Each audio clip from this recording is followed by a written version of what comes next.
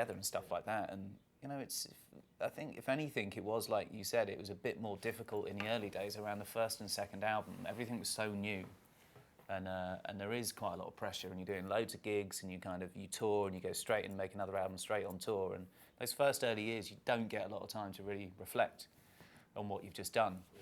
So it can be, you know, tough on loads of artists, I think. And I think we definitely felt it, but somehow we got over that hump. So yeah, I mean, I'd just say, you know, just hang in there. Stay together. That's good advice. Now, talking about another songs, I like The Handler and Defection because of the story when the characters start realizing that I'm just a victim of the system, I want freedom. Yeah. And I think that right now, most of the world are thinking kind of the same, like, I'm tired of the system, I want freedom. What do you think that had to happen to fix that thing?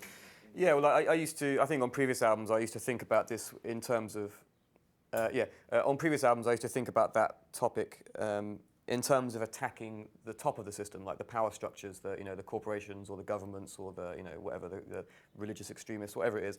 But I think it's so complicated, and there's so many people with agendas who want to control and influence people underneath them. It's very hard to actually try and think of a solution that attacks the top.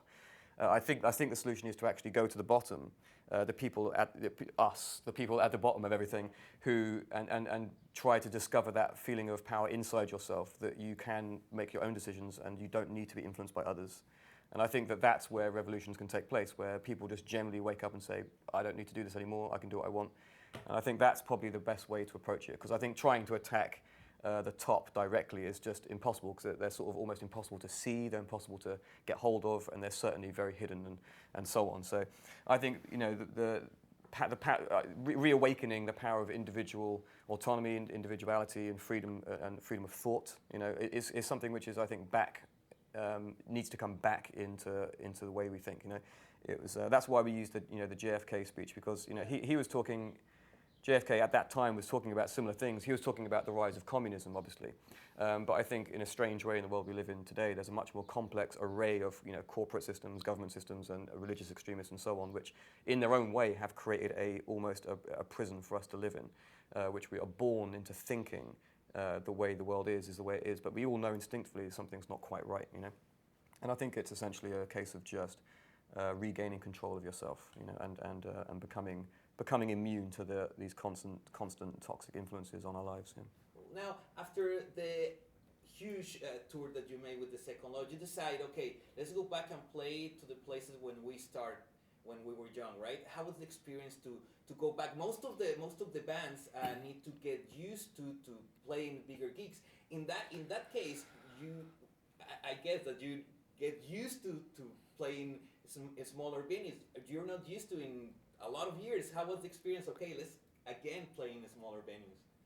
It was amazing. Yeah, we just did like a smaller tour in the UK just recently of venues that we haven't played for a long time, and it was just great. I mean, it's probably like our favourite kind of size of venue, which is, you know, like the 1,500, 2,000 people in a theatre, because it's, you know, from our perspective on stage, you can kind of see everyone, you can see people's faces, you have this great connection and interaction with the audience, and it's more about, you know, the music and the band and, you know, us on stage playing rather than any kind of big distracting spectacle.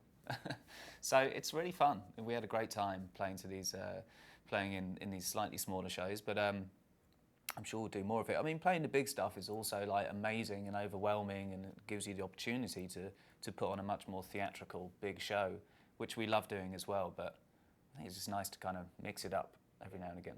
Now, great news for us is that you're going to play in Mexico, in Colombia, in Brazil. What is the thing that you admire most about Latin American culture?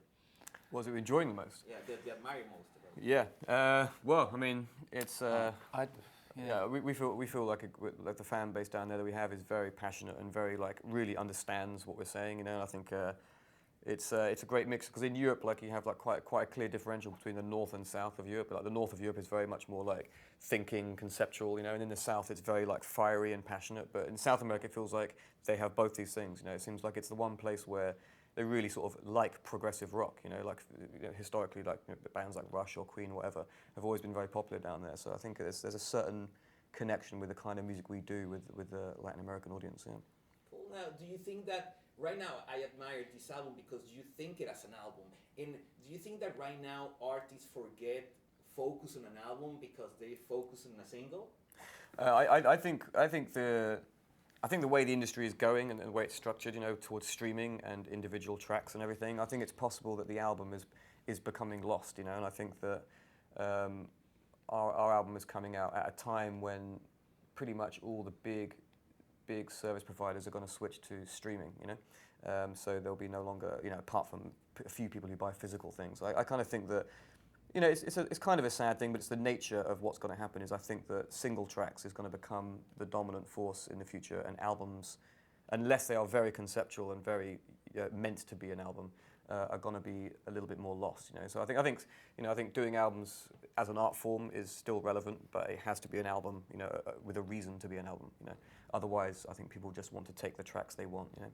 Cool. Well, thank you very much. It's an honor to talk with you. Congratulations, and hopefully we're gonna see you in Mexico in Cool. November. Thanks very much. Thank you. Cheers. Cheers. Cool.